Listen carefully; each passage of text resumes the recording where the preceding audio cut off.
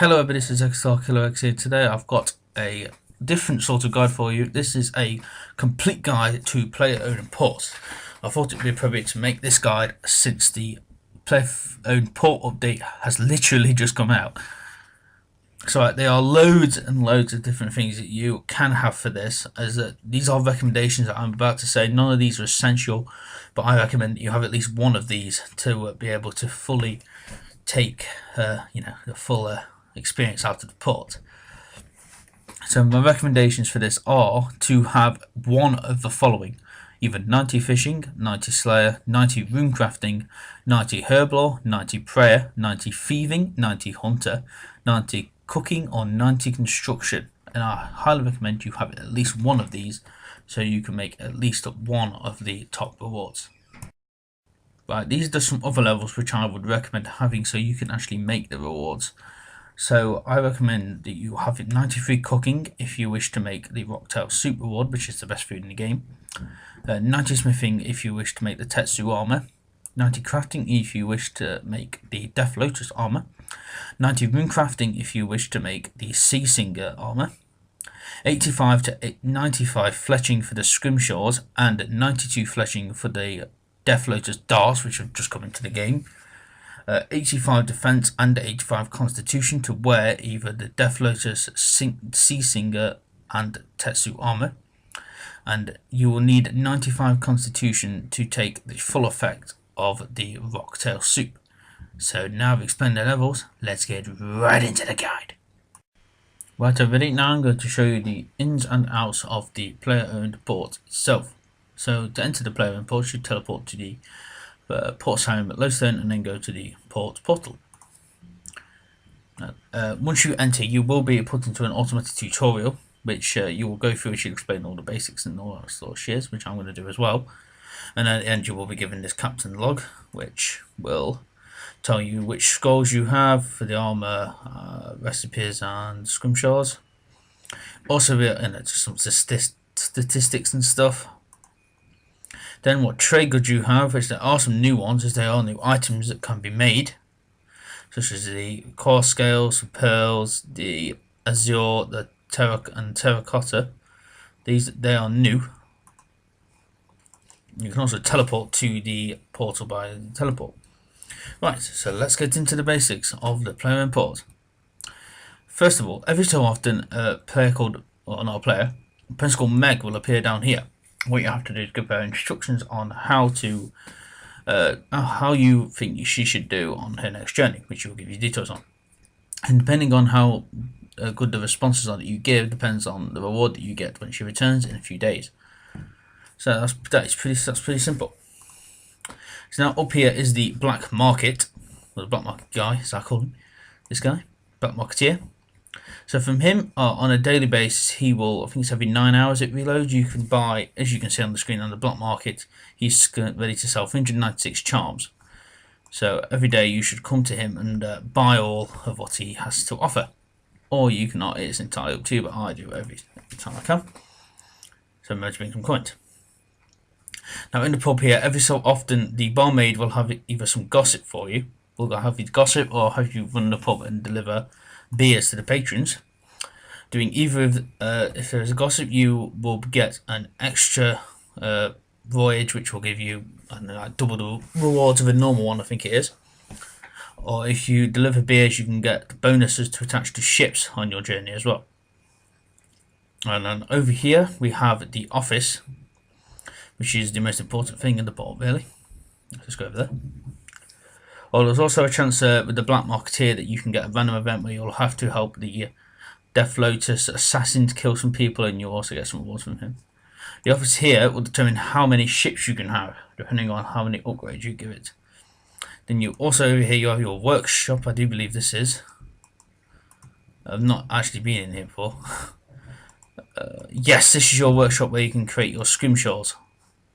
And there also is a bank in there, which I didn't know. And then down here, I'm not entirely sure what this button is. This is another bar, rest area for people.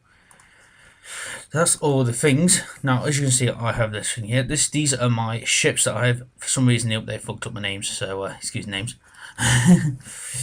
Before we go into actual ships, I'm just going to show you each of these. So I'm going to leave that one for in a minute as well, because that goes with the ships. So here's your crew. Now these are all my crew that I currently have. These are obtained from getting resources, which are shown here, and then going to the crew roster tab and buying some crew members. You get 15 crew members a day, or rerolls anyway. You get 3 initially to start on a captain, and then you can reroll up to 15 times per 9 hours, I do believe, and then it will show you the things. So that's like second ones like you get speed ones, just moral, just combat seafaring, and then you get onto all 3: combat seafaring, moral and seafaring, and moral and combat. So you get mixtures, and you can have up to 5 captains as well for each purposes. So one just combat, one for just speed, one for just seafaring, and one for just morale, or you can have ones mixed and stuff like that. So that's the crew roster tab. Then the shipyard, which is that, so I'm going to leave that a minute, shows you your ships and what they are. Your now upgrading buildings. This is very important, as you do need to upgrade all of these to the max that you can on the isle you're currently at. So say for this one, I have just completed the section of the isles where I get plate, so I've upgraded that one. You also may need to go back to collect the others like bamboo, which is the basic one. In the order you get them is really bamboo, then gunpowder, then plate, then you get cherry wood, then you get jade, and stainless steel, then terracotta, and then azure. So the more you upgrade your bar, the more chances you will have of getting a better crew come to your port. Now upgrading your office, as I've already said, will increase the amount of ships that you can have. I've upgraded it so I can have 3. You start off with only 1, and by the end of the tutorial I do believe you'll upgrade to 2, or just after the tutorial you will have the resources to upgrade. The workshop will increase the, allow you to make certain rewards and increase the experience gained from doing so. Now the lodges will give you better chance of attracting high quality crew, and may also give you a chance to get crew with superior speed abilities. Now shipwright increases the overall spec of your ships, such as that I can overall boost to 3% on all stats. That's really it. Warehouse increases the rewards that you can get by say 5 or 10%, or in that case 6, which is a weird number, but oh well. Then you have your totem hotspots, which I don't have any of because they're really expensive. And these increase your chance of getting scroll voyages, which enable you to craft certain items. And I believe you get 2 or 3 of these. You get 4 of those. And you have your icon hotspots. Now these are what you want to place depending on what type of special voyage you would like. If you say you want the assassin to come and you want some, I believe it's the spices that she brings, you want to put all them down. If you want to the bones to make scrimshaws and other stuff, you want to use the Saradomian symbols, and you get 3 of these. Yep. And then you can upgrade your portal, which is purely cosmetic and gives no benefits. And that's it for that one. Right, next you have your port management, which is this is similar to the book as I've already shown you. So it's just all them. It's just those 2. Now this one you can select where would you like to focus efforts. So the arc is your bamboo, then you've got your gunpowder for the skull, the hook is plate, and the scythe is cherry wood. And depending on how much you've unlocked, you will have the rest as well. Now for this one, it's just a map that shows you like where you are and how far you are to the next region. I'm currently 21% to the next region. Right, now I'm going to show you exactly what you can do with your ships. So for when a ship returns, you will get this, and it'll say you'll get a thing in your chat box saying your ship has returned. So I go on this, and it'll show me if I've got this, if it was a success, what crew members have leveled up, and what your total rewards were. So I got 125 cherry wood from that. And I'm just going to claim all these. You just do the same. Just claim all the cherry wood. The text has also been upgraded as well.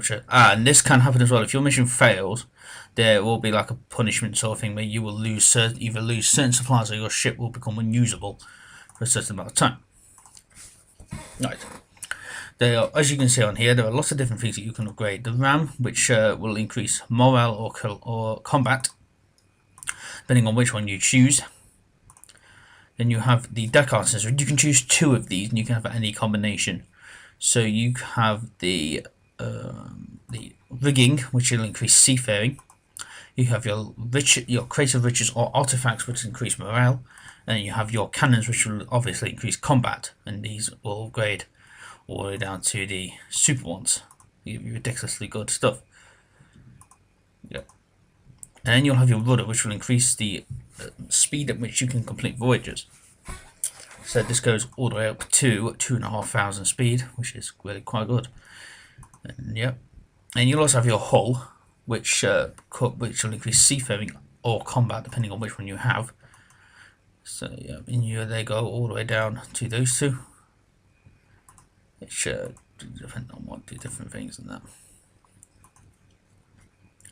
Now show the as you can see. So you get to the Seasungi Yumi is another one, and I haven't done this in a while, so I'm going to actually show you this. So you just speak to her. Play helping hand. I'll show you this. This is just like a typical event. So you do this. Helsingers earn her keep in the ports. Some marvellous people have messed up the storage room above the lodges and have scrambled the list of items needed for use in the port. But she's the warehouse worker to get your clue and search the barrels and crates to find the item it's described. Send them to the workhouse worker. If you think you have the right one, you must locate the 3 items. So we talk to the worker. Let's have a look at this, what we need. Oh, well, don't know what happened then. Food supplies on the voyages can be extended by letting the sailors catch their own meals. That's either a net or a rod. This one looks like a cog, it looks like a little one. No, we don't want a cannonball, we want like a rod or something similar. We'll craft a cutlass. Nope, we don't want that.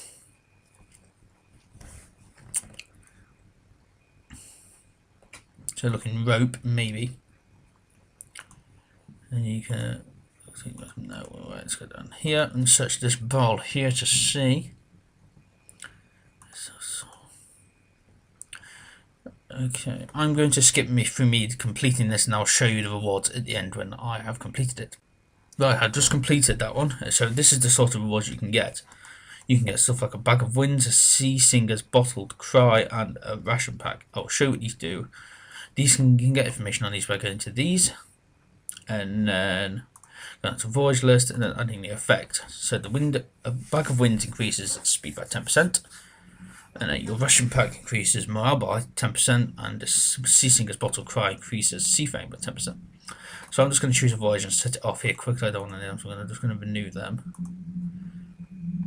For these ones that offer rewards, I would say avoid these if you cannot make the items that they give. In my personal opinion, it just seems like a bit of a waste of a voyage, to be honest. So I'm going to do this one. So then you go on to the edit ship, and you make sure that you have all the highest morale items that you possibly can, and the best morale people on the ship, which I do. And then you just start the voyage, and it tells you there how long it will take. Let's do this for free, just to show you. I'll do that one, which I believe is already fully set up as well, so confirm that. Got our next one. The more advanced missions that you get, the higher the thing will be, the time. So I can't do that one because I've already added a morale one. So let's go for the combat one down here, as this one is pretty cool.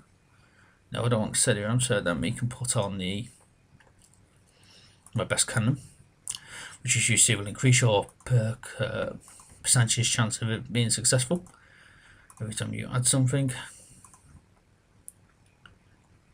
And we'll add the armoured hull on as well. Then we can go to the crew and sub in the combat ones, as I only have 3 as I've used some on the others.